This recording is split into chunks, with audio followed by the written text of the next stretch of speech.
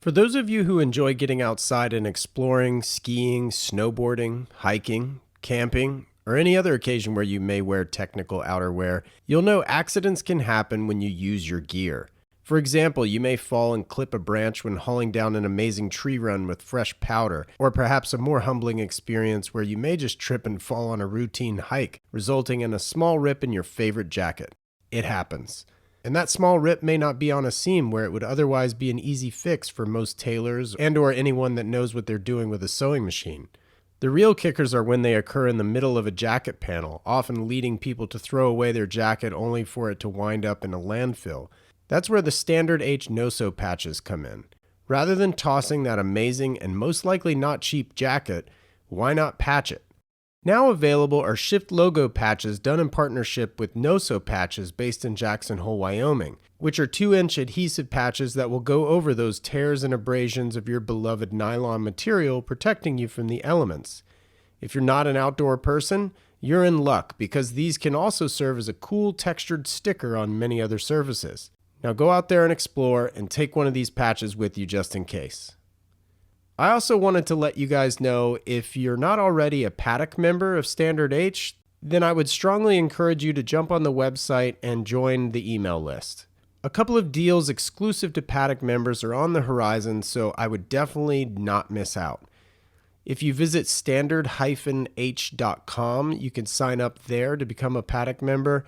And throughout the year, you're going to receive information and deals that no one else receives. Again, standard-h.com, sign up to become a Paddock member, and you'll also get 15% off your entire first order. Now let's get to the show. Ashley Reed has been a good friend of mine since I moved to California in 2007. In fact, we moved within several weeks of one another. I moved from Raleigh, whereas she moved from New York City and shared an apartment with former Standard H podcast guest Jensen Reed, who happens to be her brother. We all became fast friends, and the past 14 plus years have been an amazing ride for Ashley. She's one of the smartest, most articulate people I know. She's had one heck of a career working her way up through some of the largest players in their respective spaces. I'm talking about companies like the NBA, Major League Soccer, iHeartMedia, and then a little company called Amazon.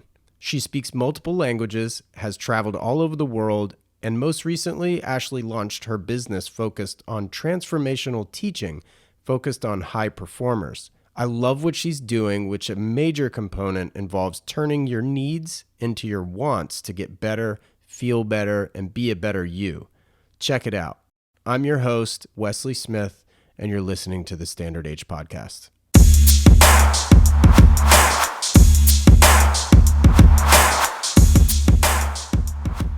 Well, this is one of the more interesting episodes, I think, because you're the first sister or sibling, I guess I should say, that I've interviewed based on previous guests. I love it. And it works well because my brother's older. I follow him in everything. So right. It's perfect that you had him first and then I'm coming on. That certainly wasn't cognizant of me, but I have interviewed a couple, a husband and wife, at the same time, but not siblings. So Standard H podcast first.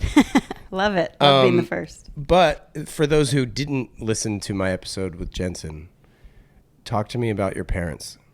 My parents are amazing.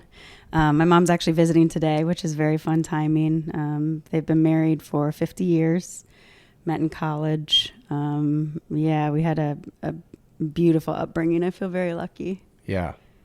Now, what did I might need reminding. Your dad was a football coach. He was a football coach. And at some major universities. Yeah, he did. So he coached for around 25 years. About half of it was before my brother and I were around and half was after. But the main place he was at when we were around and also before, because he was there twice, was at Michigan. Right. So it was a really fun level of D1 football to be involved in. Yep. You know, we would spend our weekends going to games, getting all bundled up, just really fun bonding experiences. And obviously turned me into a huge sports fan. Right. Yeah, naturally. The reminder I needed is what your mom did. Yeah. So my mom was a teacher forever. That's right. Okay. And then when my brother and I were born, she actually stepped away from teaching and became a full-time mom taking care of us. Got it. So I would like to say she had the hardest job yeah, humanly possible, being a stay-at-home mom. But yeah, she did an amazing job with it. Sweet. So you guys moved to Cary, North Carolina from Michigan. We did. Yeah. So we actually lived in Cary once before when we were young. My dad was head coach at North Carolina State. And then we moved up to Michigan. And as my dad was getting to the end of his career after about 25 years, it's a tough career, tough job, just in terms of stress and time. And he wanted more time with the family. So he ended up retiring right before I was 13. And he loved North Carolina. He loved the weather, which my brother and I rebelled against. Like, you're moving us for the weather. As young kids, we didn't understand it at the time. Yeah. But I do now. And, it's a great quality of life for a family. So we moved back to Cary. Sweet. Yeah. So what was your first car? Oh my goodness. I know you know the answer to these, and that's why you're asking, because they were very entertaining. So my parents firmly believed in, I would call it character building. We lived in an area where a lot of people, like a lot of kids, had these nice new cars and everything. And when my brother and I were turning 16, they decided that driving a car should be something you kind of earn. And so we were lucky if we drove anything. So the first car we had was called a Ford Ranchero. Yep. I like to call it the part car, part truck. A lot of people know the El Camino, which is similar. So we had a Ranchero that was my grandpa's, and we would drive that to school, which was hysterical. And then they got this, I don't even remember what it's called. It was like an old police car that had the Lincoln something, had half vinyl on the top of the car. Okay. It was like this huge maroon thing. So that was our other option that we could drive. And then a huge van, like not a minivan, like a huge, like a 15 passenger van? Yeah, humongous van. Wait, why did you guys own a van? Well, because we would do trips back to back to Ohio, where our family is from. Okay. We would drive up there. And so we got a van and would do family trips, driving up to visit my grandparents and everything. But then it just became that those were the cars. We had to drive one of them to school. I can't imagine driving a van. I don't think Jay... I don't He think didn't he add released that one this in. information. No, I mean the first two were the main ones, but the van was also impactful.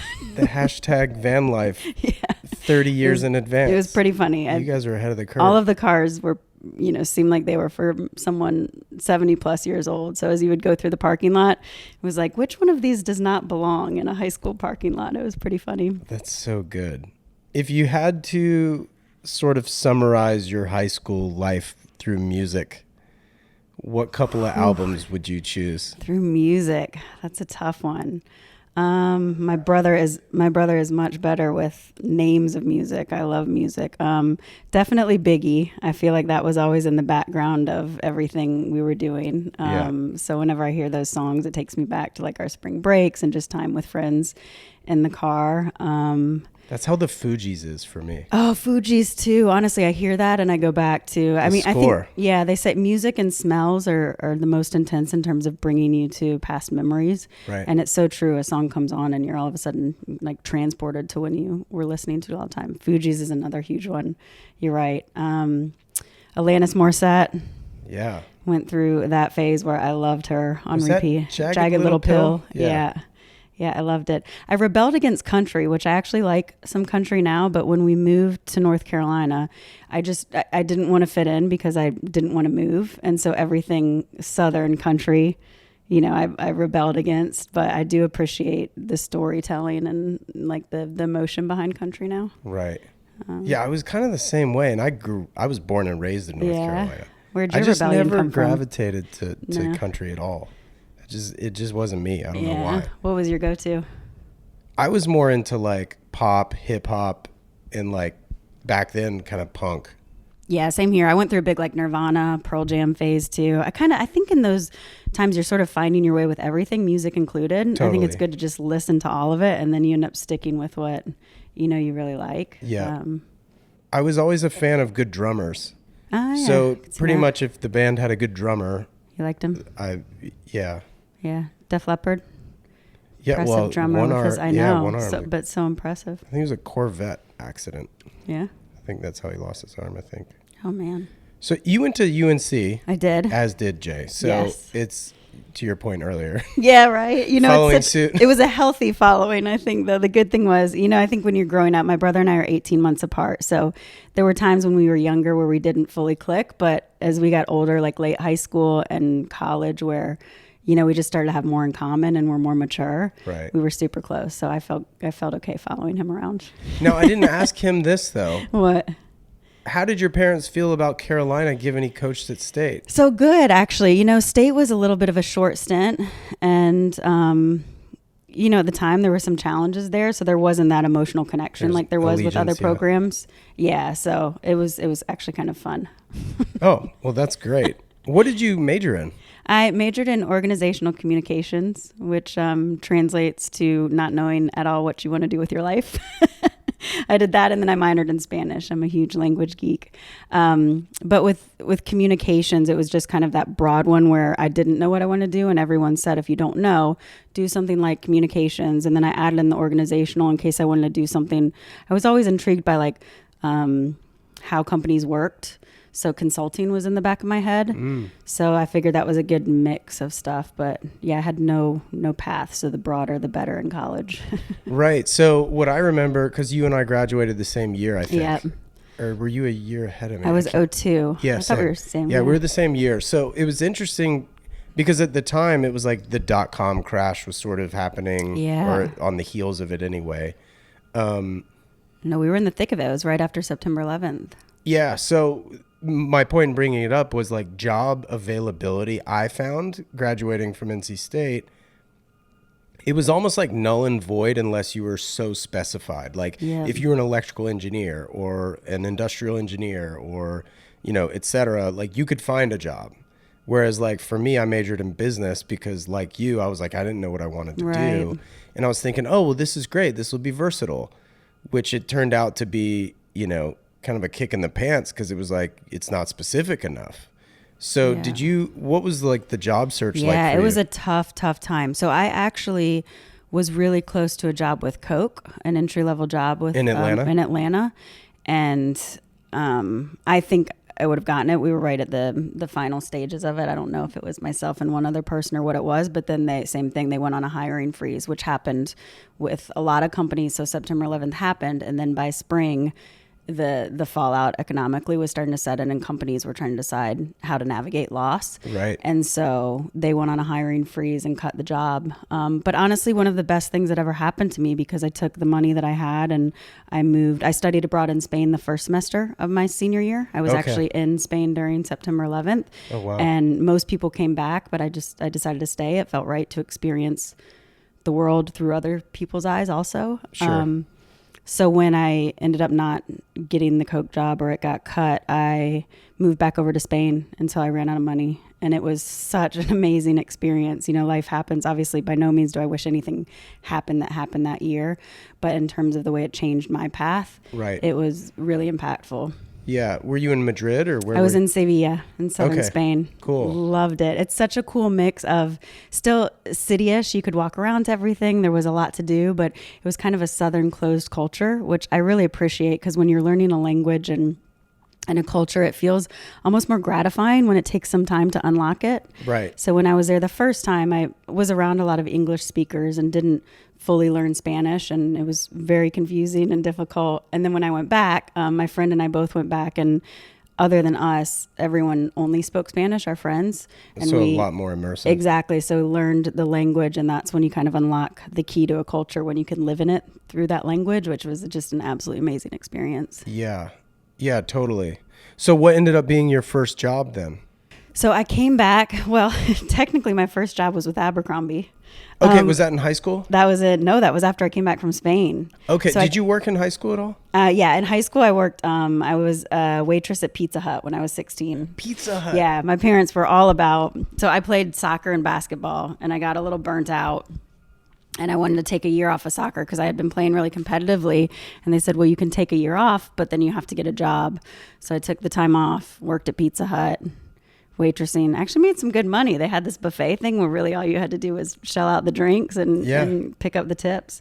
But then I realized quickly sports was a better better path for high school and went back to playing. Okay, side note, what's your favorite pizza on the planet? Oh my gosh, Domino's. Everyone who knows me Really? knows that. And every New Yorker, I live in New York, and my friends all want to kill me when I say that.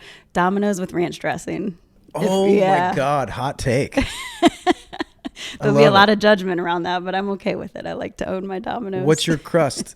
I like the I like the thin one's a little healthier, but if I just want the pizza, I like the middle one, and then mushrooms and jalapenos. So Okay, a little spice, right? offset the Spice ranch. it up. Yep. Oh my God, that's hilarious. Domino's, for those listening, is best pizza ever, according to Ashley. Man, that's awesome.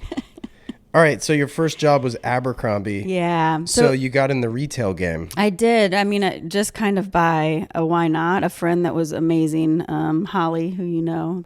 I didn't want to leave Spain, but my visa was coming to an end, and I couldn't find anyone to hire me illegally.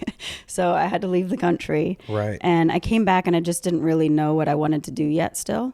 So I moved back home with my parents while I was figuring it out, and I was honestly a little depressed, not clinically, but just kind of down. No, because totally. I had this crazy experience, and all of a sudden I'm back and don't know what's next. Right. So she was like, just, I can help you get a job at Abercrombie. She was working there managing, and obviously I had to go through the interview process and everything to make sure that it was the right fit, but she helped connect me with people there to do that. And it was a great job. It just wasn't, it wasn't for me. Right.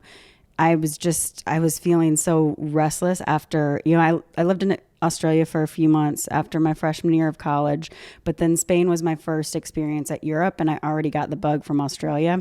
And so I felt very restless coming back to home after seeing and feeling how big the world was. I just wanted to explore. Yeah. What took you to Australia? So Amy, our good friend Amy Farrell that we grew up with, she moved back to Australia. So I don't think you know her. I don't. But she had to move back to Australia after our freshman year, just a change in visa status and freshman year of college. And so we were really close, and my parents let me go back with her for the summer. And we got a car and just road tripped from north to south of Australia, went over to Tasmania for a little bit, just had a blast experiencing something different, because that was my first out of the country experience other than like a Mexico or something. Right. So yeah, it was awesome. So not to get too personal, you said that you moved to Spain, but then stayed until you ran out of money. Yeah.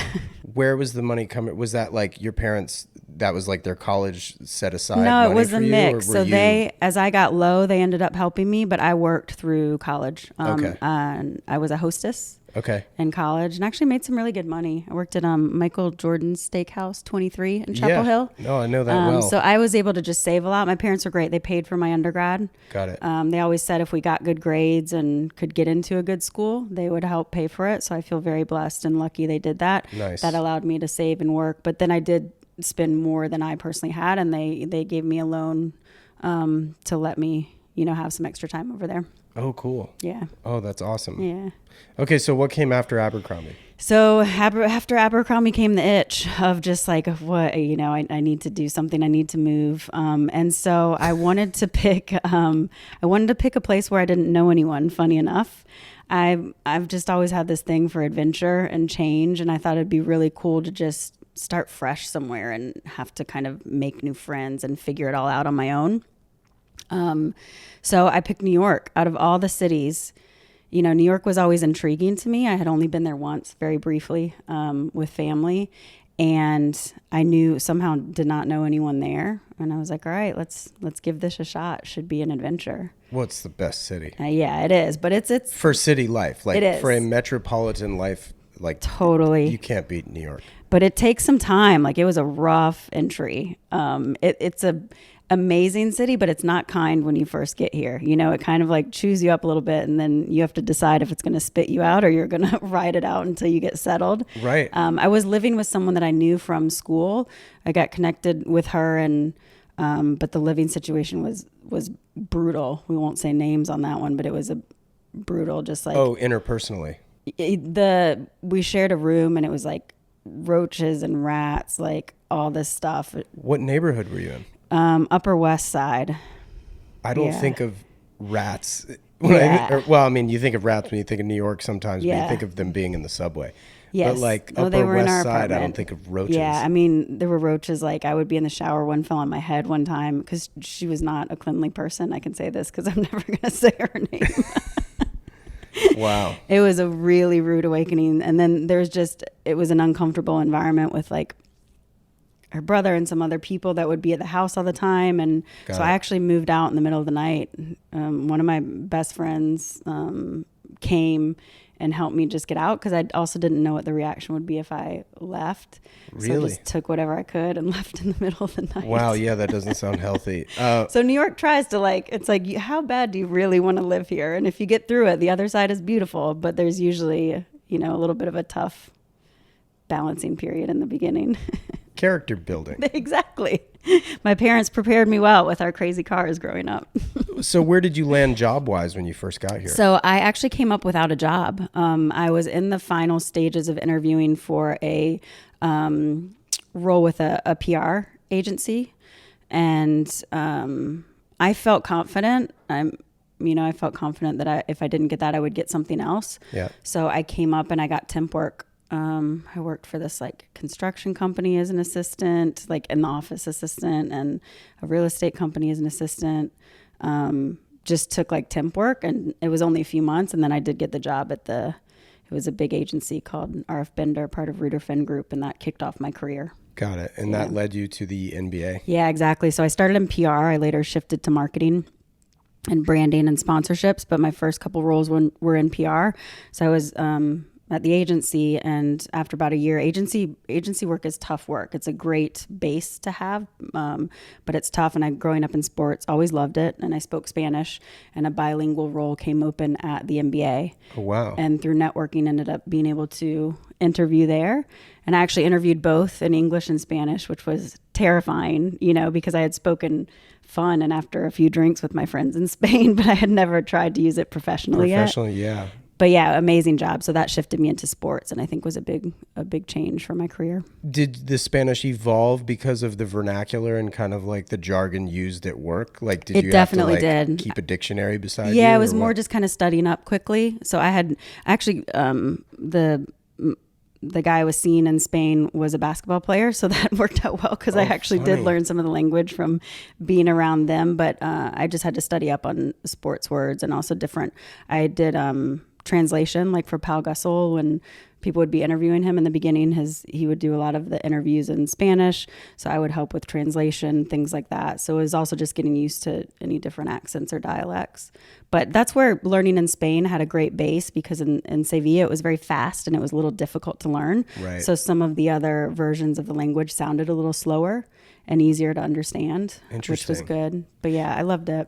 I knew you'd worked for the NBA, but I didn't realize the proximity, the closeness to the players that you had. Yeah, very close. In PR, you work super close with them. And then my favorite part of it, I worked on this program called Basketball Without Borders, which was a community relations program where players in the summer would go to different countries and help use basketball in the sport to educate, whether it was on HIV awareness, building reading and learning centers, just helping the community through that bridge and that common language of sport. Nice. So that was my favorite part. So with PR, you do get close to the players and you work closely with them, which I think is good because you want to help get those good stories out there. There's so many amazing athletes and great guys in the NBA, but a lot of times those stories get overshadowed. Right. So it was nice to be able to work with them closely and then be able to help tell those positive stories of what was going on behind the scenes.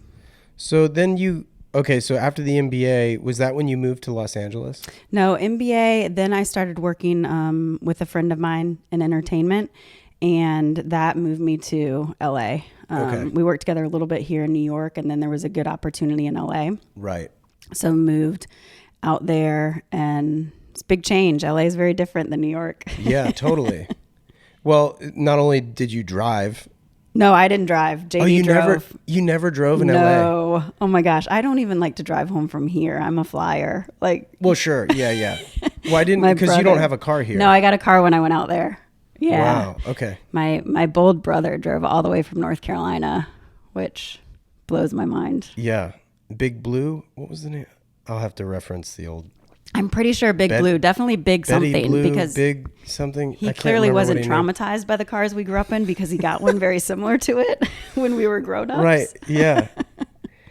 Okay, so then you're in Los Angeles. Okay, Yeah. but you were working in entertainment. You could call it Hollywood, I guess. Yeah. What's one thing you learned working in that environment that you still use today?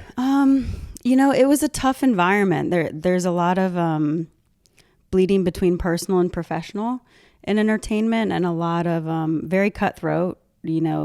I felt like what I watched on Entourage and stuff like that was very real, which I didn't realize. So I think it was great just in terms of making sure I kept my North Star while I navigated it. I think big fast-paced industries in general, it's very easy to lose yourself in them. And when there's also kind of glitz and glam and fun and stuff, you can also lose yourself a bit. Right. So I think the best lesson I learned was to enjoy that moment, to learn from the work, to continue, because I didn't know exactly what I wanted to do. So continue to use what I was learning to figure out what I want to do, but make sure I stayed centered in myself. Right. Now, is that after that you moved back to Spain? After that I went to grad school. So that was like a perfect out, because I didn't know what I wanted to do next, but I didn't feel like entertainment was necessarily the right industry for me. I didn't have the passion for it personally, like a lot of people do. And I think in those heavy industries, like with sports, I did. So that the hard hours, all of that makes sense. But I didn't have that same passion for the entertainment space. So I went back to school at Loyola Marymount. They had a really amazing international program.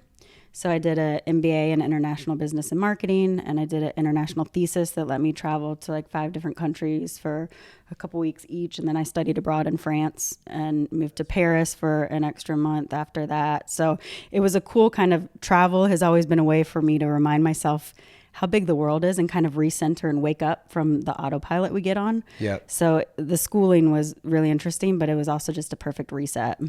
Got it. So do you speak French fluently too? I'm working on it. I'm taking lessons in French now, but I do not speak it fluently. No, Okay. I can't claim that. But I will soon. I was actually after the pandemic, or right before the pandemic, I was supposed to move to France to finish up studying on the language, and then it got stopped. So I'm close. I restart lessons next week. I was going to say, can you take that online instead? You can. I mean, learning Spanish, I realized the power of immersion. So I've been taking classes for a while in French, but the 2 summers before the pandemic, I went over to France for 2 weeks in southern France and did immersion classes for 2 weeks. Just kind of take a life break and do something I loved. Where did you go? I went to Nice and Cannes in southern France. So Yeah, beautiful I there. love the Mediterranean.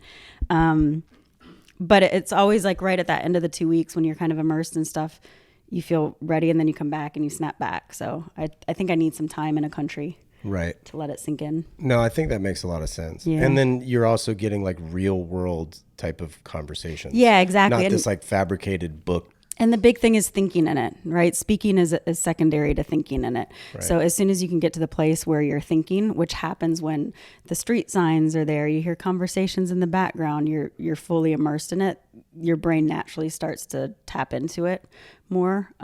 So when you're just studying, it's a little more like, I don't know. It's just not as natural process. Right. Yeah. It's more linear, I think, Yeah, of a way it's a of great way to thinking say as opposed to like a cobweb. Yeah. Where it's just going everywhere. Yeah. What was the next step then? Then it's iHeart? No, I had lots of steps. That's for sure.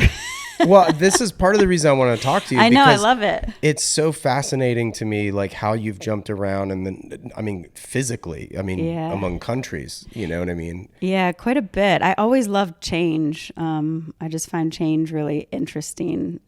So that's kind of been part of my career path as well, but also served me well, because I think you take something different. Each country, but each company, you learn something different that you can take with you. Right. So I started working with a company called Lead Dog Marketing Agency. Mm-hmm. At the time, they ended up merging with CSM Sport, I believe. But I started working with them while I was in grad school, doing events and helping out on site at things like they handled all the WWE stuff, things funny. like that. So Yeah. built a relationship with them while I was in LA, and then they ended up hiring me full time in New York after I graduated. Okay, so that's what brought you. So that brought me back to New York. And then that started, I went from lead dog to working in soccer with Soccer United Marketing, which was MLS, US Soccer, and the Mexican national team. Sweet. I was a director there working on their sponsorships with like Adidas and Audi and Johnson and Johnson. So for those roles, were you traveling to Oregon to meet with Adidas, or Yes. like what? Oh, yeah. Cool. With that role, I was traveling quite a bit. Mostly Adidas was the biggest partner because they were also the kit partner, they call it. So they did all the jerseys and everything for MLS. Right. So with running that program, I spent a decent amount of time, not a ton, but yeah, we would do meetings out there and the guys would come to New York, and then we would, meet up at like All-Star and games and stuff. So were you instrumental in Adidas partnering, or were they already a partner? They were already a partner. Okay. I went through a renewal with them, which was, it's an intense renewal because of how integrated they are as a partner. They're not just a marketing partner. They, aside from the kits and product side, they also are just so influential and amazing in terms of impacting the sport of soccer in our country and globally. And so, they would do all of these actual player development programs and everything. So the negotiations around the partnership was much heavier than we'll give you this for these types of brand rights or, sponsorship assets. So it was really interesting. I loved it. And I love that team. I'm a huge fan of the brand in general. Yeah. Okay. So then you take it from there, because we're basically just going through your resume at this point. I know. Well, then, so from there, I got my first VP job, which was exciting. I didn't feel ready for it. Like, I don't think anyone ever does. It felt strange to even interview for a VP job because I don't think you ever feel grown up enough for one. But I started working with the U.S. Polo Association. So they're I had no idea. Yeah, okay. So that took me to West Palm Beach I was there for 18 months. Makes sense. And it was amazing. It was a global role, so a lot of travel. Like I went to polo tournaments in Dubai because we were helping to sponsor it, and just like some really fun, interesting stuff, and a different version of sport than I had ever worked in because I worked in basketball and soccer before that. Right. So that was great. Very, very cool role. I was the VP of global marketing, and then I loved it, but I missed New York. It was tough living in Florida for me. Just missed the city and everything. So I started interviewing and I got a job with iHeart Media. So I was the VP of event marketing and sponsorship, solutions there. So doing the event marketing and branding and storytelling and sponsorship packaging for all of the big event platforms and programs like Jingle Ball and the iHeartRadio Music Awards and all of those. So what do you do for a music awards thing? So the big focus was around creating packages to allow sponsors to buy into the program and platform. Okay. So, it would either be on air or you would create programs and packages to have digital promotion leading up to it.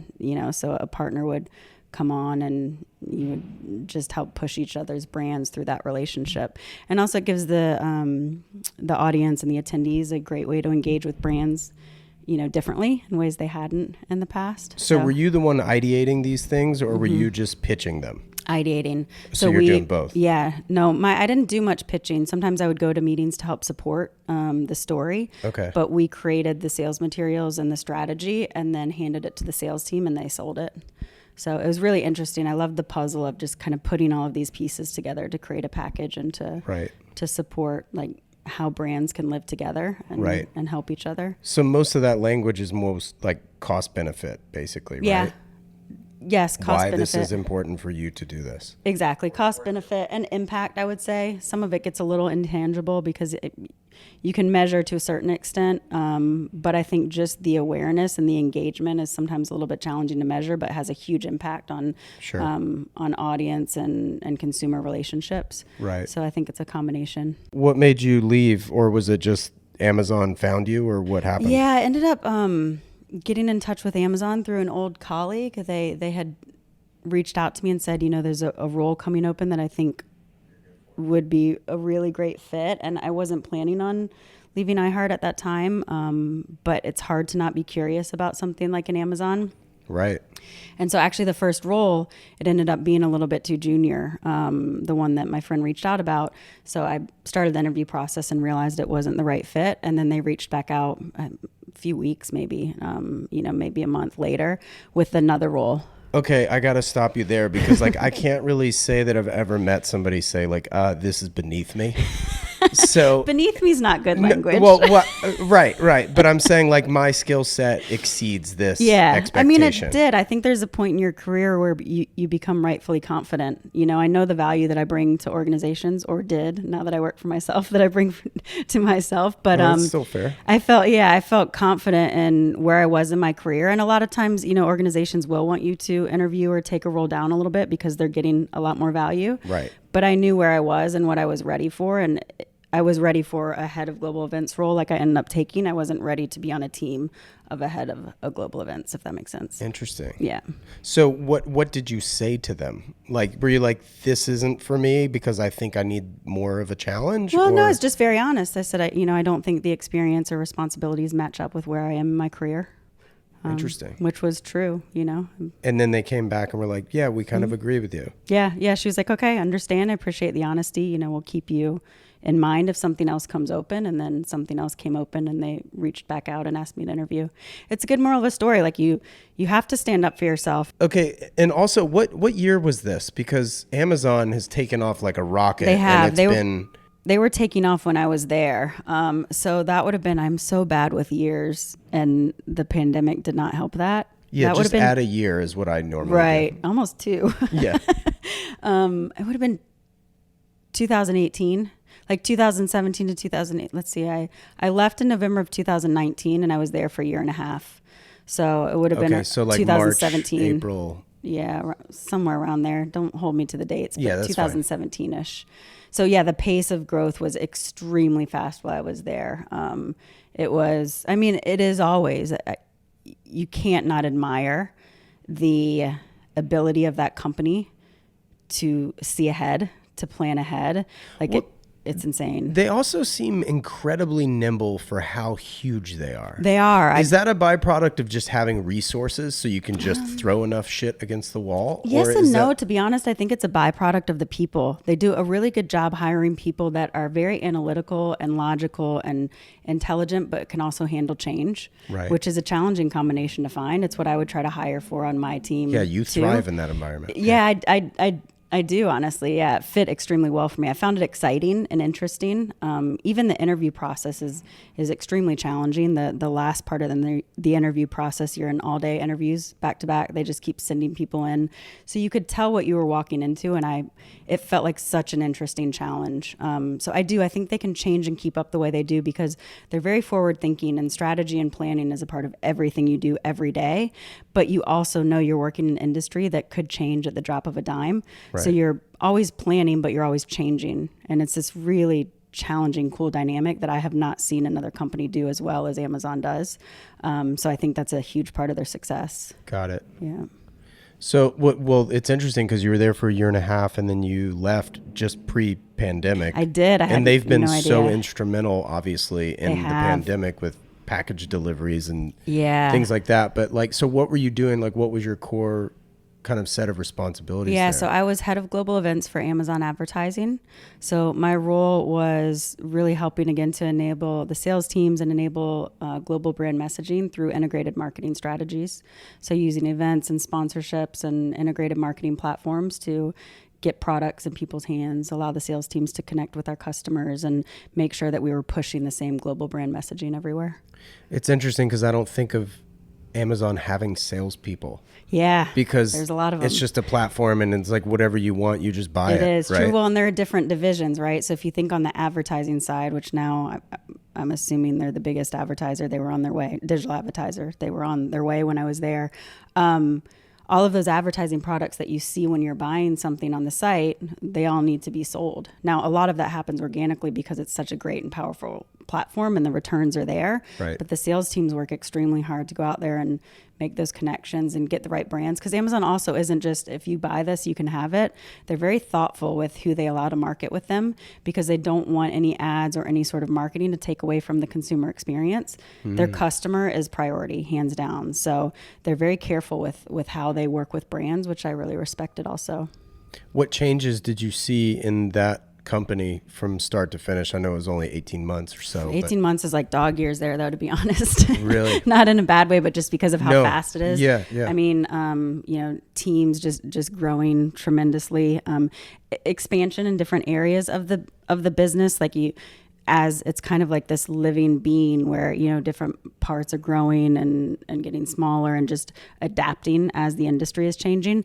There was a huge focus on marketing and branding while I was there, because we're starting to see Amazon as a brand and the products and everything worked amazingly, but we wanted people to get to know the company more and have that brand exposure and experience. So there was a big push around just, marketing and branding and everything. Did you ever meet Bezos? I did not meet Bezos. I saw him speak a few times. He always spoke at our company meetings and everything. Right. But I did not meet with him. I worked with people under him or interacted with them, but it was very hierarchical. I was in New York. So, you just kind of worked with your more direct reports. But Bezos was very involved from everything I heard and knew. Even when we would do our advanced planning and everything, it would go all the way up to him where he would review our global strategies and planning. And, he was very hands-on, cared a lot about the company. I'm sure still does. I'm only saying past tense because I'm not there, not because he doesn't care anymore. I know throughout the lifespan of Giorgio Armani, for example, Mr. Armani still oversees designs even for Armani Exchange, which is the least expensive of his lines of clothing. So it kind of makes me think of that, where run it up the flagpole and the big man will say yay, nay. Right. There's a passion there. And he had his team around him that he really trusted too. But you think about what he built, however you feel about the company or him, it's insane what he built. And it is insane. Just from a human standpoint, it would be hard to fully distance yourself from something that you've, that baby that you've turned into. Right. This crazy success. Yeah. Right.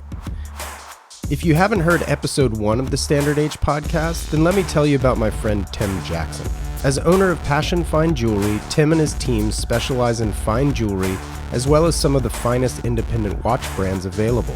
I'm talking about Groenfeld, Habring, Kudoki, Roger Smith, Roman Gauthier, Sarpaneva, the list goes on. The staff at Passion Fine Jewelry is literally made up of friends and family, so you will feel right at home if and when you visit. If California is out of reach, you can absolutely email or call the shop and they'll get you sorted. Visit passionfinejewelry.com for more information. As you all know, I'm a huge fan of using the right product for the right job. And like many of you, I appreciate products with a story. That's why I drive a Volkswagen GTI. It's a hot hatch with heritage. It's also why I'm into specific watches like my Tudor Black Bay. And that's exactly why I'm a fan of the indie accessory brand Cantonment. Cantonment makes a utilitarian cloth they simply call a kerchief. It's smaller than a standard bandana, but larger than a handkerchief, which makes it ideal to tuck in a back pocket or use as a neckerchief. I always take one on a bike ride or have one with me as a backup face covering. Not only do these kerchiefs satisfy several functions, but they look great too.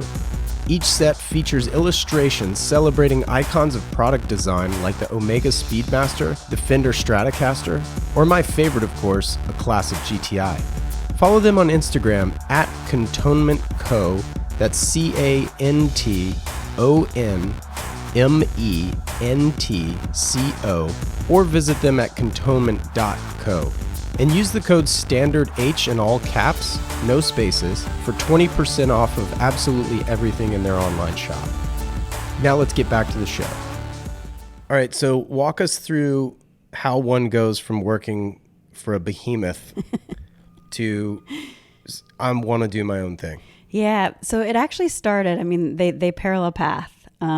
So about 5 years ago, and I've always had this sort of nudge inside of me. I call it my North Star, that I remember when I was working in an agency in, my mid to late 20s, I was at the office super late at night, and I just had this thought of okay, when I look back from my deathbed, are these moments when I'm going to be thankful this is how I spent my time? It was just this little tapping on me of is is this really what you want life to be? Is this really what's important? And that even started when I was younger. You know, my dad was gone so much with coaching, which was amazing, but I felt that absence. And, you know, you'd have these thoughts of like, is this really more important than him being here for a birthday or something like that, you know?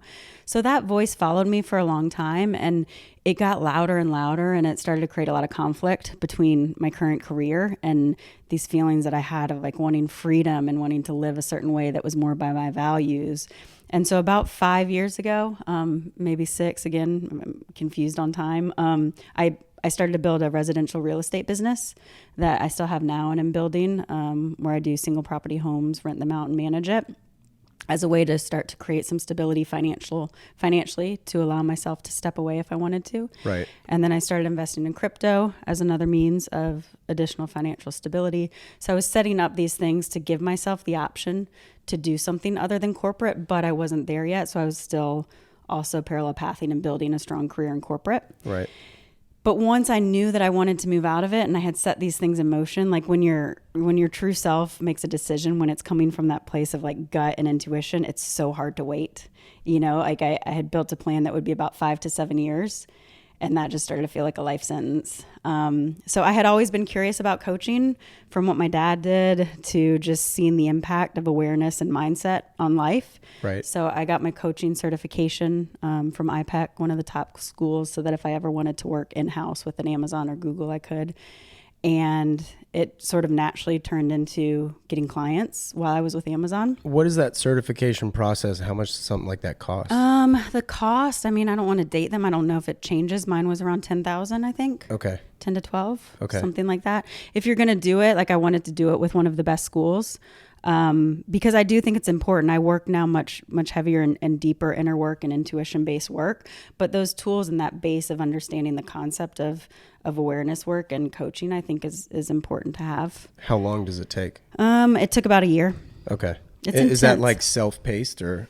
It's a mix. You have 3 modules, so it's on their pace. A lot of it is remote, and then you come in person for these 3 modules that are 3 days, really intense in person. Wow. Where a lot of the work, I didn't realize this, which it was, I think a lot of us had this epiphany together. You're thinking, oh, I'm going to learn about this so that I can do it to other people. Well, you move through all of it while you're learning about it. You know, There's a ton of self-reflection and self-work. Oh, I'm sure it would be like majoring in psychology. Oh, it's crazy. It's really, really intense and beautiful work. So instead of just, I pictured, because I've obviously done college and grad school, you do learn, but you're experiencing much more than you learn. So it's intense work. It's very heavy at times. Right. No, I can only imagine. Yeah. What, okay. So we kind of glazed over this. So like, what is your business? Yeah. So my business, I'm a transformational teacher and guide. Coaching is something that I see more as a tool than a profession. Mm-hmm. And that's not a knock on anyone that uses it as a sole profession, but I think there are a lot of great tools in it. I think teaching and guiding, it comes into play a lot more with the deeper transformational work that I do. So, for example, coaching a lot of times can live a little more in your head. An example I like to give is, you know, we play a lot with language in the coaching space as a tool. So if you hear someone using the word need a lot, you want them to change that to want, because need signifies that you're needing something external to be okay, that there's this like force there.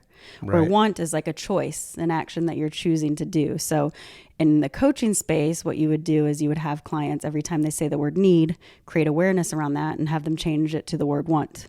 So it's like restructuring the neural pathway to the path of least resistance. Exactly. But think about exactly what you're saying. That's all playing in the headspace, and that's all reprogramming. And anytime you're using your head to fix your head, you're making your head stronger. And so in transformational work, what I would do is I would go to the source, get very curious, and turn the inquiry inside and figure out what is driving the feeling that need is the right word for you. Where is that coming from? And you find that source of what's making you want to use that language. And when you find that source and you solve that source, you automatically want to use want and not need. So there's a very big difference between the two. And I moved from the coaching work into my own deep inner work. I moved through a big transformation and awakening, and I fell in love with the power and impact of that work, much more so than playing in the headspace. Right. So who's the target market? Like who's your client? Yeah, I love it. I mean, my client is me, which, you know, a lot of times people joke about, but it happens a lot because you're drawn to what you experienced. So I work with other high performers, helping them refine internal balance and freedom. And so the work basically takes you out of your head, away from your ego self, because especially, in everywhere in society, but especially with high performers, your head and ego self get so strong and powerful. They just start to numb and dull that voice inside of you, and they pull you further and further away from your true self. So my work takes you on a journey. I have a 4-phase method I developed that sheds the control of the ego self layer by layer and takes you back to your true self. And that's your natural balance and freedom. And all of a sudden you feel this crazy sense of just being who you are and being free that you can't get externally. Right. So what does something like this cost somebody, or like how do they, is there like a consult, like a brief, like almost like a physician, right? Like let's bring you in for a consultation. Yeah, there definitely is. And the pricing varies. I have my coaching packages I do by 3 months. I don't do a year at a time or anything like that, because I think it's important for both of us to re-choose to commit after every 3 months. That's cool. Yeah, I think it's important. I also, freedom, I know my core values now that I'm back to my true self, and freedom is one of mine. So I want to show up in the right way for my clients too, and recommit and, be there consciously for them. So I do a consultation. In line with that, I think it's really important that we both feel there's a fit. It's a personal relationship. It's right. Obviously a professional dynamic, but you move through some very intimate personal things together. And I think it's important that you connect energy-wise and just overall. And also in terms of where clients are, a lot of times I'll have people come to me and I might recommend a book that they read first or something to sort of deepen that awareness before they move into the work.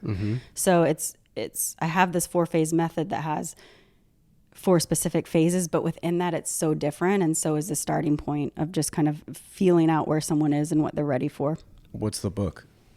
Oh no, the books would vary. Oh, like okay. Yeah. So you have like a series. Sorry. Or like a collection. No, just if someone comes to me and they, they're ready for this work and whatnot, but I might feel that there's some base work that needs to be done before they really are ready for the deeper transformational work. There might be a book I'd recommend to say, why don't you read this first and let me know how it resonates and come back, or give them an activity like do a video journal for me every night for 2 weeks and let me hear where you are and what's going on. What is that? Like, it's just somebody getting on camera to talk about themselves? It's my favorite. I had a transformational teacher that moved me through my process, and I'm not a big journal writer.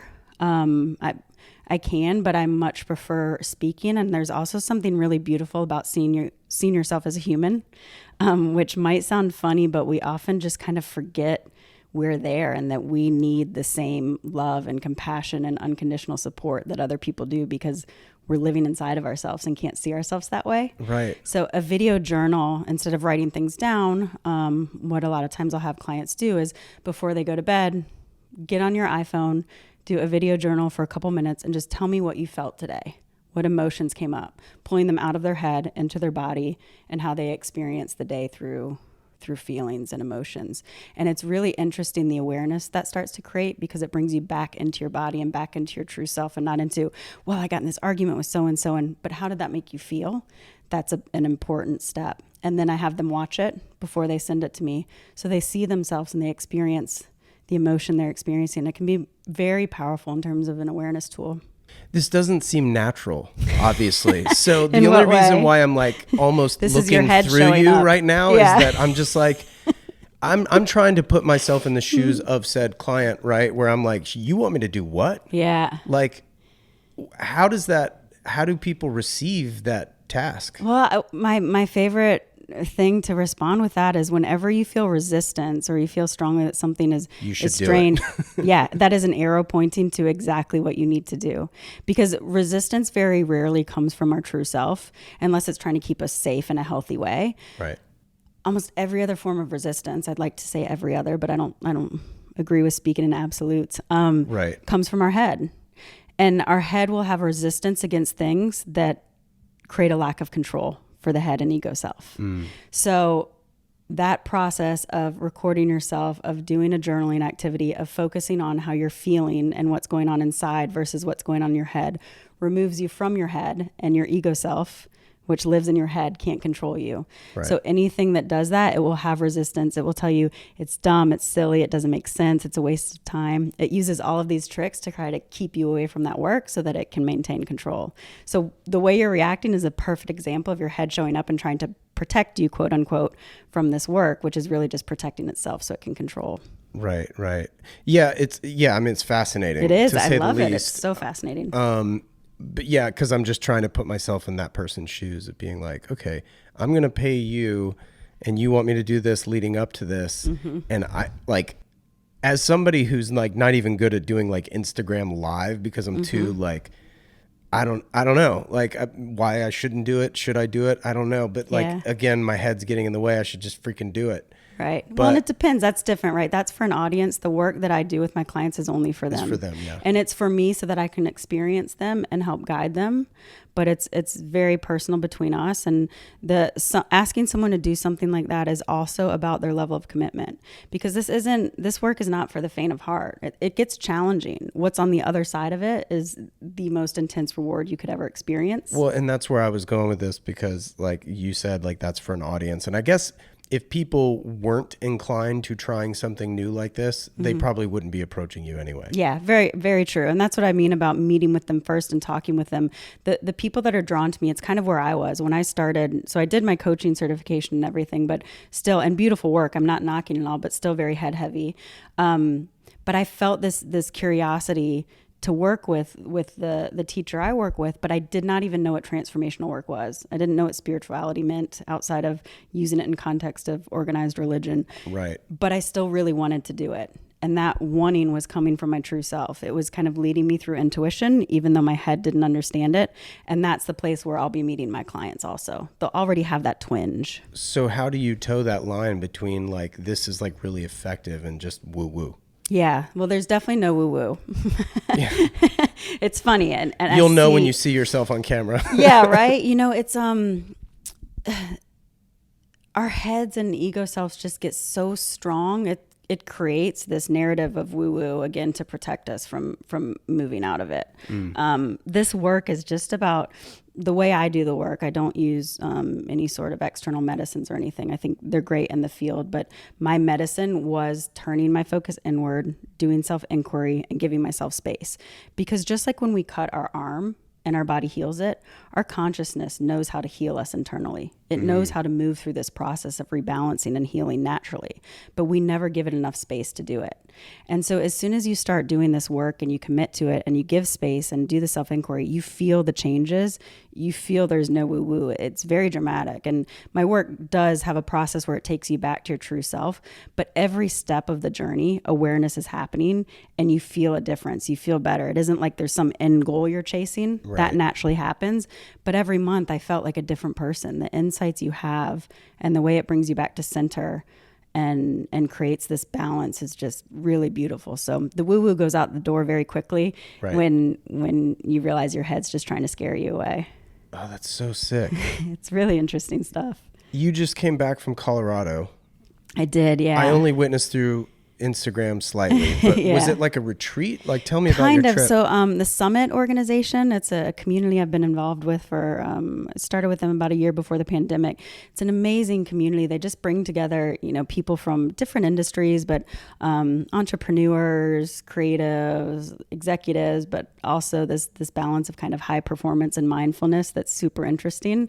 So they do events in person. They hadn't for a while because of the pandemic. Sure. They did one at this really amazing retreat called the Woowoo retreat in Colorado. It's about an hour outside of Aspen and Basalt, and it was gorgeous. You disconnect, and they have cool speakers. Like they had Jeff Orlowski, who is the creator of Social Dilemma, that documentary on Netflix about social media impact. Watch that. Yep. So there's a lot of really cool speaking sessions and fun activities, just community and connection.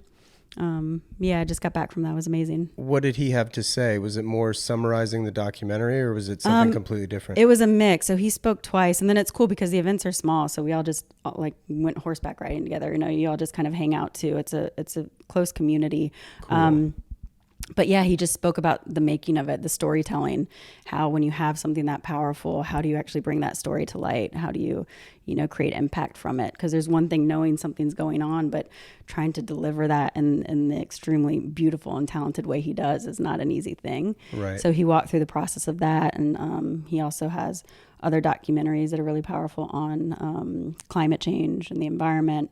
So yeah, it was just wonderful to to listen to him speak and hear someone that talented explain kind of how his artful process works. That's cool. Yeah. So with the summit, is it capped at a certain number of people? Is it only one time a year? Like, Yeah, they how do do you a even get few. into there? Because like, I would imagine it sells out if it's capped, right? So Yeah, they do a few. I mean, it depends. I think they're refining, like everyone refiguring out what the event structure is right now because we're still, Right. in the pandemic.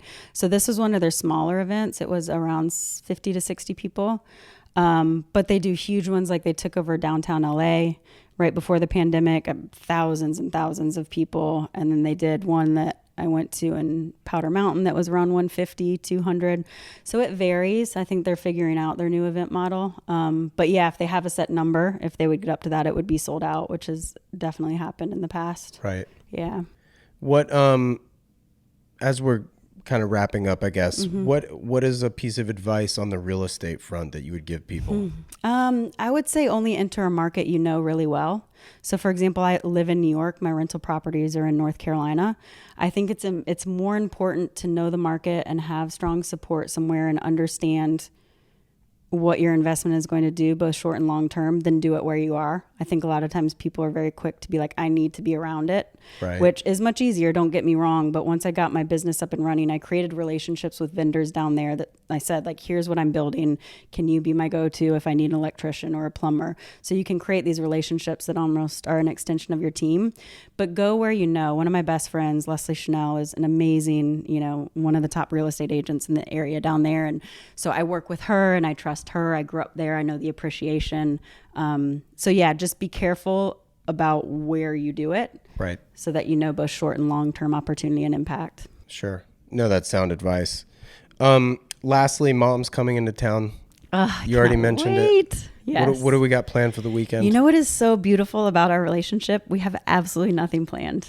Oh, awesome. I love it. Like, our family time has been this way since we were little. We didn't really do big presents for holidays. It was always about like the present is the time together. Yeah. And it's the same with our trip here.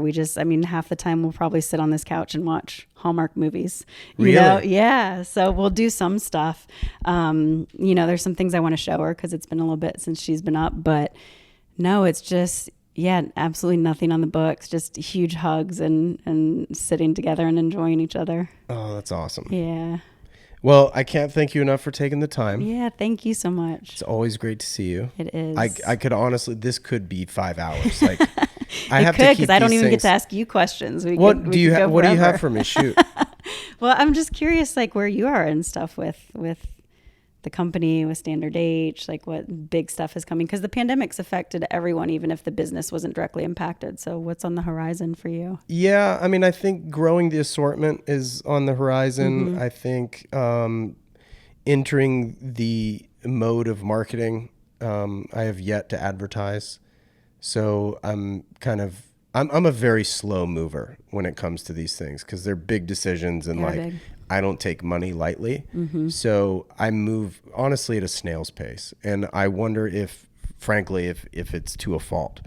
It can be another area where the head gets really involved. Yeah. And you want your head involved in business decisions, but a lot of times intuition can be a better route. Well, that's just it. And so I spent years doing a bunch of logo merchandise, which is stuff that like I've said this before on the podcast, where I got in a mode of sort of chasing demand, like, oh, you guys like the logo? Well, let me just produce a bunch of logo stuff. And then found that I wasn't really thrilled with, I don't know, like just the assortment. Like me, myself, like I don't really wear logo stuff unless it's like my hat, I right? love your logo, yeah. And so that's when the Avant tee was, honestly, these were the things that like I wanted to do from the onset, like stuff that I've designed, things that I wanted to do. Now, granted, does this look drastically different from another pocket tee? No, but the details quality. and the quality are where that lies. And like, yes, there are other t-shirts that are made in the US, but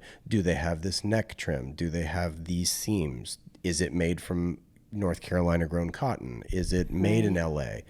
All those things combined, I couldn't find it. Either they were made elsewhere or they were dyed in India and spun in Mexico or vice versa. And the carbon footprint was all over the planet. And so again, it was like everything culminating into one item that had to meet a certain checklist, I want to keep that checklist in mind for all my future products. So as I'm growing the assortment, as I'm trying to reach an audience, because it doesn't matter how good your products are if no one knows about them. Right. And I very much understand that.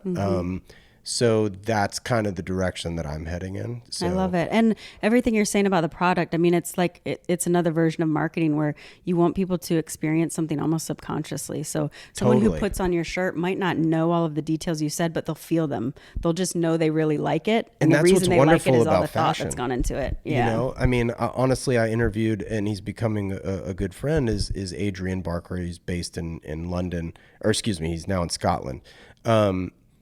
And he'll say, he's like, dude, I don't know what's in this t-shirt, but it makes me sit up straight. Yeah. You know, things like that. Amazing. So there is like this subconscious Sign of this physical beautiful element. product. Now, granted, that's his experience and it's subjective, right? Yeah. But to your point, that can happen. The quality, people don't always know why they're impacted by something, but they're impacted. And it's those choices and that thoughtfulness you're putting behind the product that's going to do that. Right. And look, you have someone, I'm always happy to tap into my past life to help out friends if you ever need a 100%. second marketing or branding ear. Oh, totally. You know, and I often don't keep that on the forefront, meaning asking for help. Yeah. So it's tough for all of us. Yeah. Yeah. So I appreciate you saying that. Definitely.